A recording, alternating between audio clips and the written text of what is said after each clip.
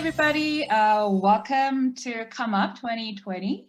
This is a policy session. Today we have amazing panelists here with us. Starting from my right on the screen, Philip Gaskin from the Kaufman Foundation, and Anna Pirel from the Estonia e-governance, and JF Gauthier from the startup Genome. My name is Songy Lee. I'm a partner at Weave. Nice to meet you all, and super excited to start our session. Yeah, I will start from the quick introduction of all of you guys. Why don't we start from Philip? Hello, everyone. It's a pleasure to be here. I'm Philip Gaskin. I'm the Vice President of Entrepreneurship at the Kaufman Foundation in Kansas City, Missouri. And the Kaufman Foundation focuses on entrepreneurship and education. Our education work is specific to Kansas City. Our entrepreneurship work is nationwide. And our strategy looks at how do we reduce the systemic barriers that get in the way of entrepreneurs starting and growing businesses on a daily basis. And those range from geographic to demographic to gender and race and a number of different things that we just see so many systemic barriers that are keeping too many people from starting and growing a business. Thank you so much. Anna? Hello, my name is Anna and I'm from Estonia. I'm actually an e-governance expert. For the last 10 years. I've been studying the subject and working in the area as eStonia Briefing Center Managing Director. I'm also TED speaker. So really my mission has become to spread the benefits of a digital society, e-governance and e-services that we have built here in Estonia around the world, trying to convince government leaders, presidents, ministers, all the important people of the world why it should be done, and why it should be done right now. So that's in a nutshell what I do. Thank you so much. JF? Hi, I'm JF Gauthier, founder and CEO of Startup Genome. I'm from Canada. I'm a serial entrepreneur who's done 5 businesses, 2 exits, 2 miserable failures. And after our last exit, we spun off Startup Genome, which is the biggest research ever on startup ecosystems and what drives them and what policies can accelerate them, accelerate success. So after our last exit, we spun it off to really give back and help government do better policy to help entrepreneurs create jobs and economic growth. So build engines. And now we work with about 45 governments across 35 countries. We're the world leader in innovation policy, advisory, and research. Thank you very much. So I'm Songy again. I'm born and raised in Korea, living in New Zealand at the moment. I brought up to this room to facilitate this session based on my experience in social innovation in a startup and the deep technology, the work at Weave. We are supporting the collective initiatives and then innovation solution around the different sectors, and we facilitate that conversation and helping them organizing the better conversation or organization by our research and our experience. That's what we do. Really nice meeting you all and lovely to have you here. So our topic is policy innovation during the crisis time. It's been a really hard year for all of us, and I really want to understand how it has been for you guys and what we learned and what's actually the opportunity. So we're going to cover some of those questions today for the next 35 minutes. So maybe I'm going to start with them, Anna. So Anna, Estonian government has been leading the digital transformation for years. The question to you is, what are the impact that you're seeing so far to nurturing the startup and innovation ecosystem?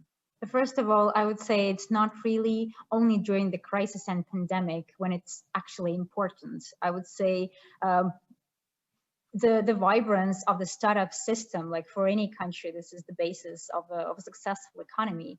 And for Estonia, that has not been a capitalism for too long.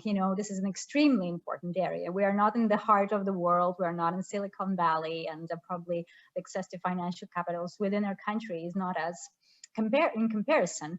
But what Estonian government has done best, I presume, is the ease of doing business. So all administrative structure of starting a company, managing a company, doing annual reports, all of that is automatized.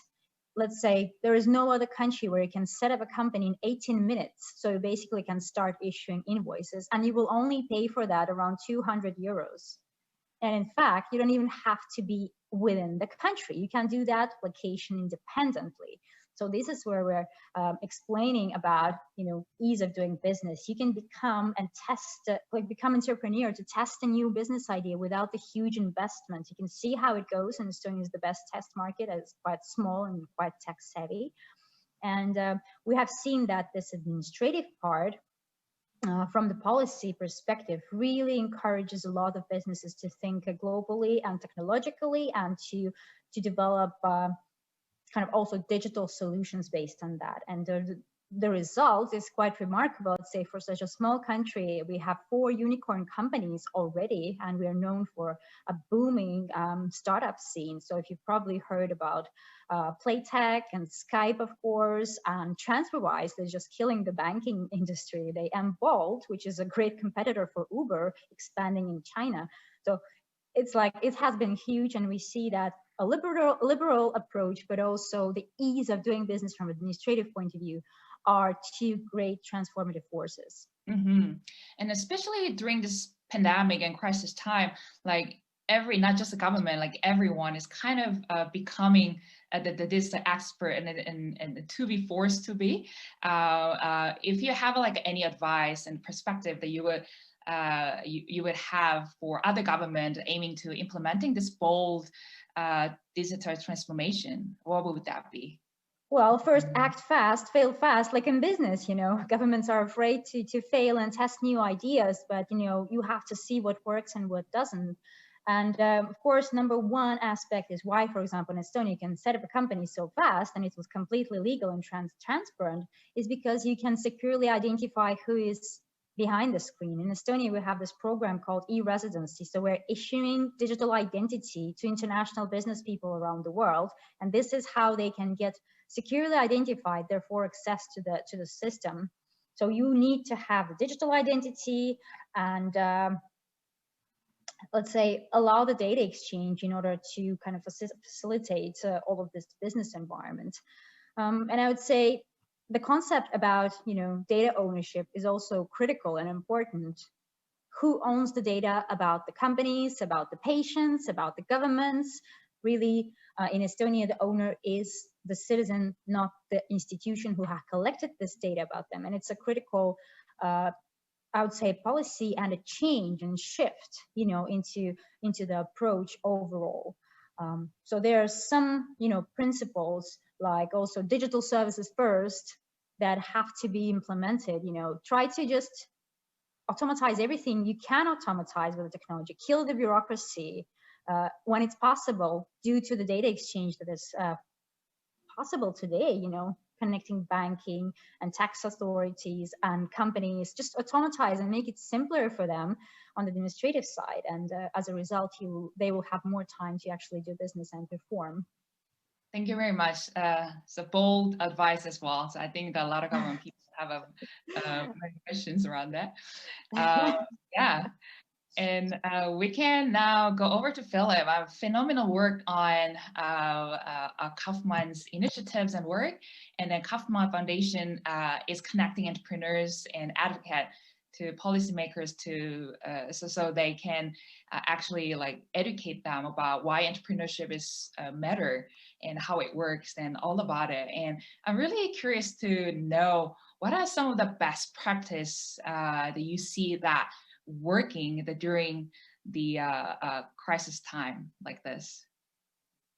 Anna mentioned some of this about how, what the problem set has been for a while. And, we look at it for 20 years, entrepreneurship, new rates of new entrepreneurship have been pretty much flat.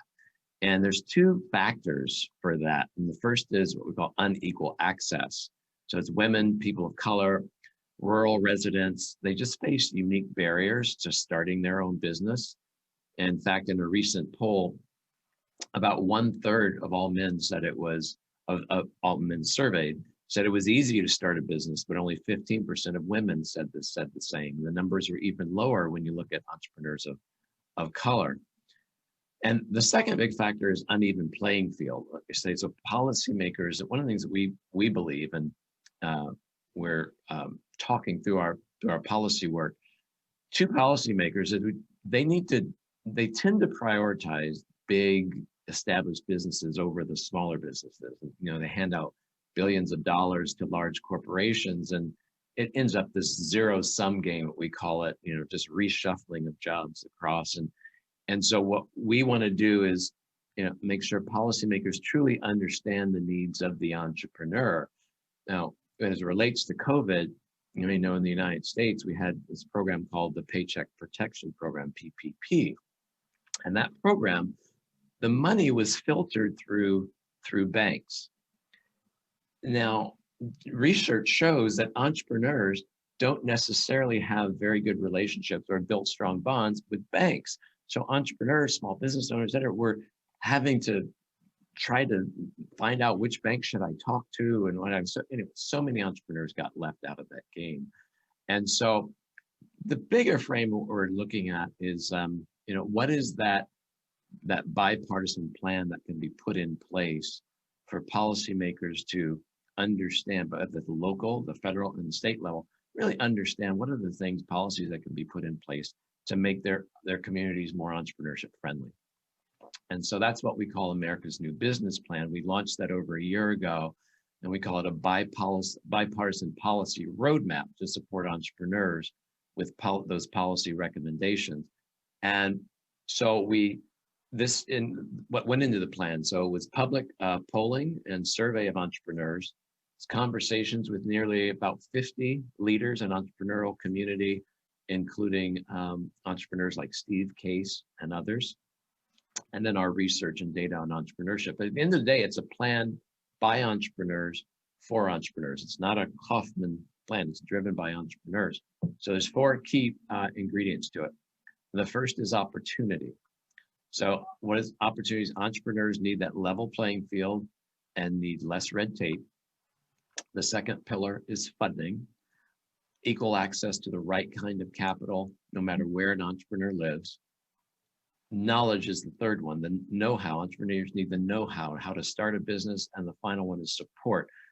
You know, the ability to take risks, which means, you know, have them having a stronger safety net. Because right now it's like walking a tight wire rack, but there's no net below you. You know, once you're an entrepreneur, if you fail, boom, what happens? And so it's a 4-point plan. Those are the 4 pillars.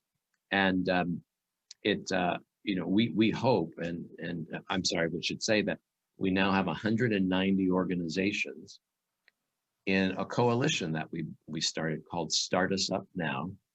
People can go to startusupnow.org. It's a coalition of entrepreneur support organizations that are doing that advocacy to the policymakers at the local, federal, and state level. Wow, that's really amazing. I mean, I bet that it involves a lot of different layers of communication and effort to design and implement it. And it's kind of like giving me the, you know, another like a big task of like how to communicate better in private and the public sectors and all in between. Thank you so much for sharing, Philip.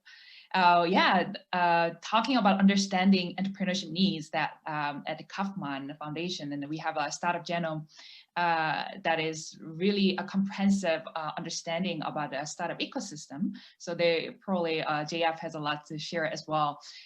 So you guys probably have like the most comprehensive government response to access how the policymakers are approaching startup ecosystem, and if it's up to date, and especially this pandemic and crisis time.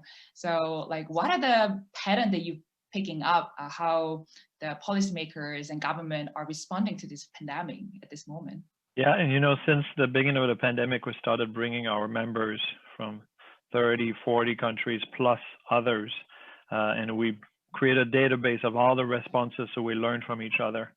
But every month, these 40, 50, and at one point were 100 different countries at the Couch Conference talking about what we can do to help with the crisis. And the first was, of course, you know, working on funding, funding, working on response to the crisis, demand generation for the startup, but really making them those nimble businesses that can create new products and solutions very quickly to help with the crisis. But the most important now is economic recovery. So about a couple of months ago, I changed the question to our government members. Say, okay, now it's time to look forward. What are we going to do to help the recovery? And looking back before COVID, we could already see that R&D and corporate innovation is no longer able to single-handedly shoulder economic growth. And we've seen it right in Korea, in Taiwan, and leaders, really innovation, R&D innovation leaders, traditional innovation leaders have seen their economic recovery, their economic growth slow down. And we know with the digital transition that's accelerated with COVID, the nucleus, the engine of recovery is not going to be only traditional R&D. It's going to be the startups, the software, the entrepreneurs. So entrepreneurial innovation ecosystems. And so we've changed from what is the immediate response to the medium-term impact. And so our government started responding by, three things. First, demand generation. And how can we change our procurement laws? How we can bring corporations to start working with startups as customers or partners to adapt and innovate. And then, of course, still funding. Israel, for instance, started creating a completely new model, innovating to bring the big funds into tech VC funds for the first time, really at Series A and Series B. We've seen governments in Amsterdam with TNW bringing virtual pitching and reverse pitches because the startups used to meet investors face to face, and now they can't. So how do you need to bring new VCs? How do you meet them? It's very difficult. So the government can help now creating virtual platforms and getting the investors together with a lot of startups that can now meet them and pitch or get a reverse pitch. And thirdly is talent, reskilling and upskilling, because as Philip said, traditional jobs are getting killed. We saw that, about half of the job in the US, 2/3 in Europe are SMEs. And Yelp was reporting not long ago that 60% of businesses that have closed temporarily have now closed permanently because of a lack of traditional entrepreneurship, like Philip pointed out. They're not coming back very quickly, and the banks are not lending to them anymore. So what's going to replace it is the new entrepreneurship, the innovation entrepreneurship. But talent, these traditional jobs, the people need to be reskilled, upskilled. Tech Connect in Amsterdam is leading the charge. Scale Up Velocity in Israel also, getting people who didn't have new type of job, technology-enabled jobs, to come and learn new skills so they can work for a large corporation that need these new talent, these new skills, but also the tech industry, life sciences, the innovative industries and sectors. I'm glad to hear that the governments are thinking about it already, try to make the new plan for the rebuilding of economy. And there must be a lot of conversations going on, but what is not being talked about, you think is critical to this conversation? Well, I mean, what's not talked about, I think, enough is the fact that, we're going to have chronic unemployment unless we actually create an engine of rapid growth to rehire these people. And a lot of them are not ready for those jobs. I think that the point number 3, this is where this is not talked about enough, right? We're thinking we're going to recreate jobs the way we've had in past recessions, but the depth with which some communities and minorities and women have been affected is that the normal recovery is not going to work this time. And so we need to go a lot deeper in supporting entrepreneurs, minority entrepreneurs, female entrepreneurs, and training them to create jobs and support them. And the banks no longer support them with small loans for opening a restaurant or any traditional business. So we can't expect those businesses to reopen. How are we going to train those entrepreneurs and support them with funding and know-how to get them through the starting a business, which is so difficult? And then how are we going to get there these people who've never worked for a technology-enabled business to be able to do so? That's the biggest issue. Yeah, thank you so much for sharing the juicy insight, I must say. Yeah, I mean, speaking of entrepreneurship, ecosystem, digital transformation of governance level, and all of that. I think there is a lot to go deeper into this conversation. Unfortunately, we have only a limited time, so I will give you guys one common questions. If you are a policymaker, or if you have the power to change the innovation policy, what would you do? Just one or two things, each person. Maybe we can start from Philip today. Thank you. Well, I am, I agree. It's a large transformational issue because there are so many different systems that aren't working for the entrepreneur, and so it's hard to do one or two. But I will focus on what we have in the America's Business Plan. Is of those four, I would say the first thing to do, the one thing to do, is to focus on those four pillars. So, but there's knowledge and funding and opportunity support. Just understand the life cycle of the entrepreneur, that they have to go from the idea stage all the way to execution. And what are the things that a policymaker can do in their local community, at their state level or federal, in order to make that arc from I had that idea to I turn it into a dream easier. Anna? So first of all, the most important would be the workforce issues and making sure that people have the needed skills for the future tech companies. And obviously there's many things that have to be done, the fintech, the health tech, like it's going to be a lot about tech. And we have seen that Estonian, for example, even though we invested a lot in the area, we still are lacking specialists to be part of the system and therefore to set up businesses. So this is a super critical to have kind of to try to build the global companies and tech companies that have a lot of added value for the economy. So a big investment has to be done into educating people as well, or re-educating them so they can find themselves on the market. So they will not also become the blocking force for any transformations or innovations, internally, because they're led by fear. And the second aspect is about, building a simple environment for SMEs specifically, because we're not talking about global corporations who can afford to have lawyers and tech people and, all the bunch of people who know about how to, fix the red tape issues.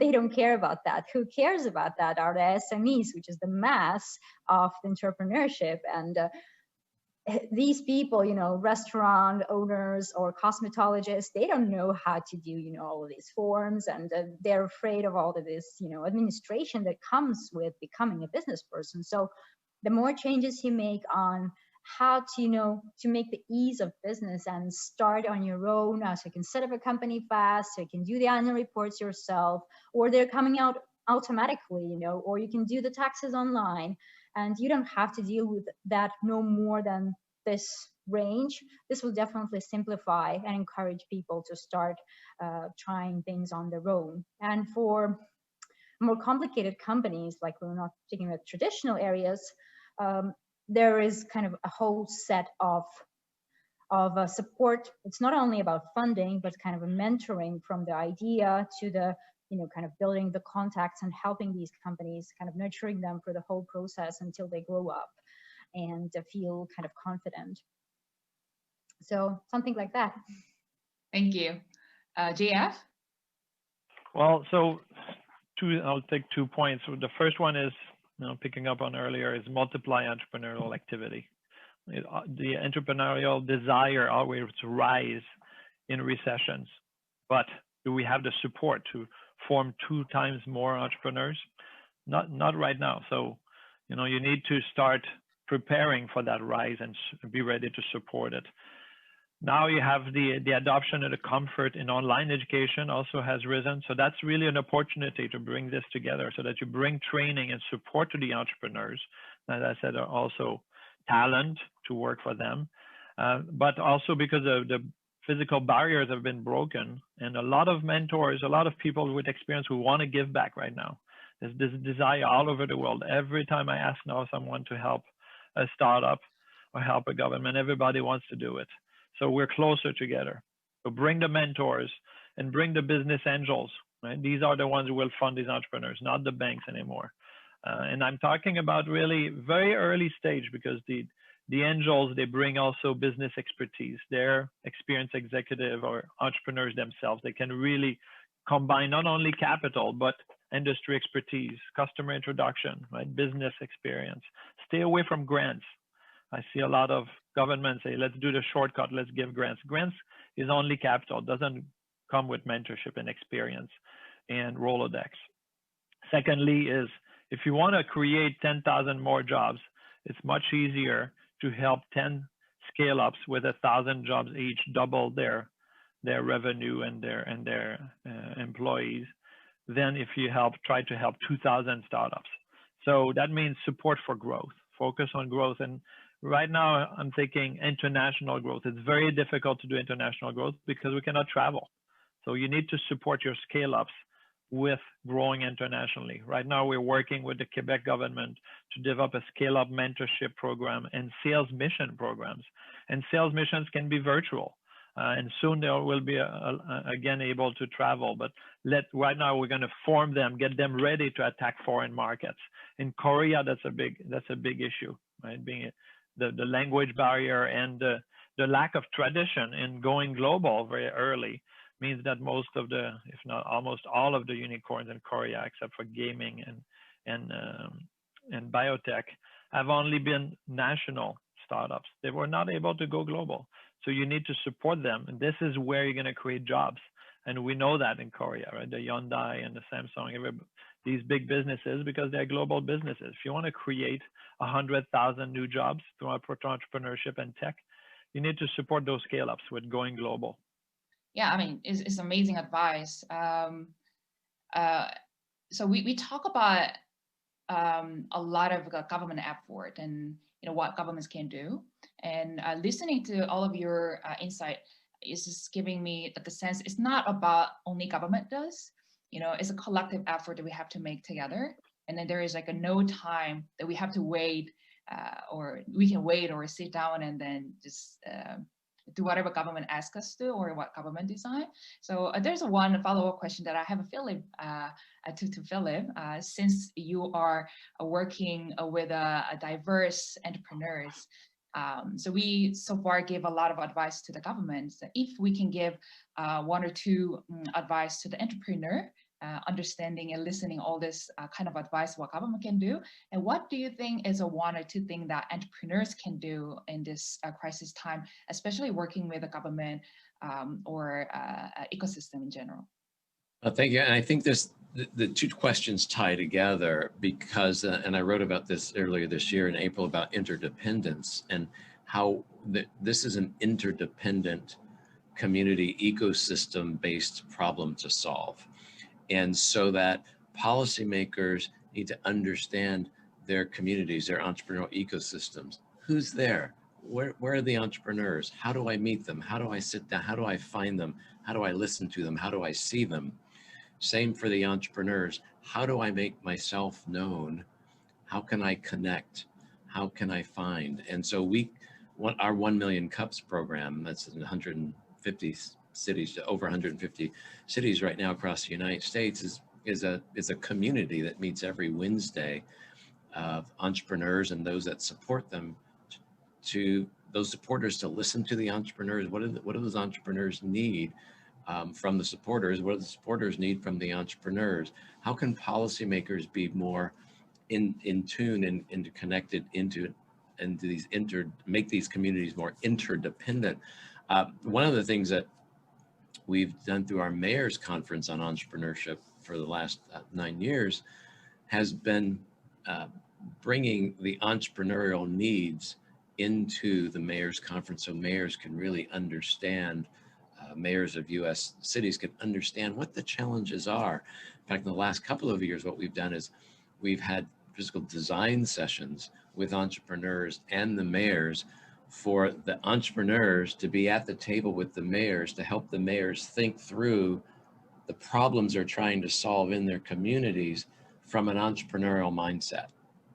And that has really helped the mayors understand, wow, this is what I can do. And the mayors have been walking away with commitments that they've made to install a program, a policy, or a practice in their cities that is specifically designed to help entrepreneurs. And so you can see how this is an interdependent, interrelated problem to solve. And I think there's a lot of promise out there. And you know, I believe that the last 6 months, 8 months with COVID has just brought some of those interdependencies to light, and for people to realize how dependent they are on each other. Yeah, and so your advice to the entrepreneurs will be make yourself visible, and then go reach out and sit with the policymakers, and then make your own influence if you can to support the ecosystem that is interdependent. Yeah, awesome. Yeah, so that was very insightful session for myself and moderating. So we probably gonna end with probably last 30 to 1 minute of each of you guys for budding messages you want to send out. Yeah, before we finalizing, just share some of your advice or suggestion or message, either personally or from your organization perspective, to who are watching this panel today. Starting from JF. Yeah, so right now is the time where the physical barriers have been removed. So, you know, we've shown a lot of research, and we've seen the best startups in the world. They're rooted in globalization, in global connectedness, global market reach. And right now, you can as easily get a mentor from the US, from Europe, than from your own city. This never happened before. So whether the person is in your city or not, you cannot meet them in person. So multiply those opportunities, seize those opportunities to connect virtually through virtual conferences, and ask people for time. This is the time to build your global network and use it so that you can start learning from other ecosystems, and you can start developing affinity, ability to attack those markets later. And as accelerators also, right? Connect with government to influence policy, connect with others. This is the time where you can multiply those new connections in a new way. Anna? Oh yeah, well, the message for the governments obviously would be to seize the opportunity, you know, to build healthier governments and e-governance overall, because this is not a luxury anymore. It's like a hygiene factor of today's life. And if you want to support businesses, you have to understand how digital businesses work. And this is only possible when the government also is working digitally. You know, you can tame that. And for the businesses, if in your country the government is not supporting your kind of location independent and non-administrative environment, then you're welcome to join the e-residency program that we have in Estonia, and to have a card that will allow you living anywhere, still being a loyal patriot to your country, but have a European Union located company and access to all the business services we are offering to business people. So all of that, never visiting Estonia with the minimum costs and fraction of costs, and with all the capabilities of managing a company, you know. So this is the offering that Estonia has for international business people. Thank you. Shelley? Yeah, I'd say if you're an entrepreneur or if you've started that business, understand you've done the hard work. You've done the hardest part. So believe in yourself. You've taken that idea, you've turned it into reality, you've figured all of that out. Now it's the next step, but believe in yourself, appreciate yourself for what you've done, and be proud of that, and connect in your community, ask for help. And for policymakers, I'd say understand the brilliant people that you have in your communities, and that entrepreneurship and small business is the backbone of so many economies. And to meet the entrepreneurs halfway, create environments and ecosystems that are entrepreneur friendly. And so there's that interdependence theme again, but I wanted to start with the entrepreneur and how proud I am of entrepreneurs globally and the work that they've done. It's not easy. You figured it out, so believe in yourself. That's wonderful. Thank you so much.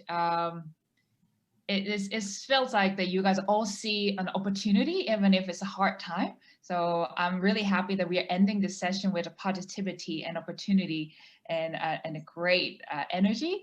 And also another thing is like talking about interdependency and the collective work. 4 of us should actually work together in the future to really build and support the ecosystem, the growing, either from the digital transformation to building more startup ecosystem, and then how can we then bring entrepreneurs together with a policymaker. So the work is just starting today rather than finishing here. So I'm super excited and lovely to have you all. And if you guys are looking for more questions or opportunity, please reach out to each one of us. Probably we all happy to answer your question. Unfortunately, we cannot have a live Q&A, but like please let us know if you want to talk to us. And thank you so much for joining today, our lovely panelists. And let's get back to work then. Thank you. Thank you.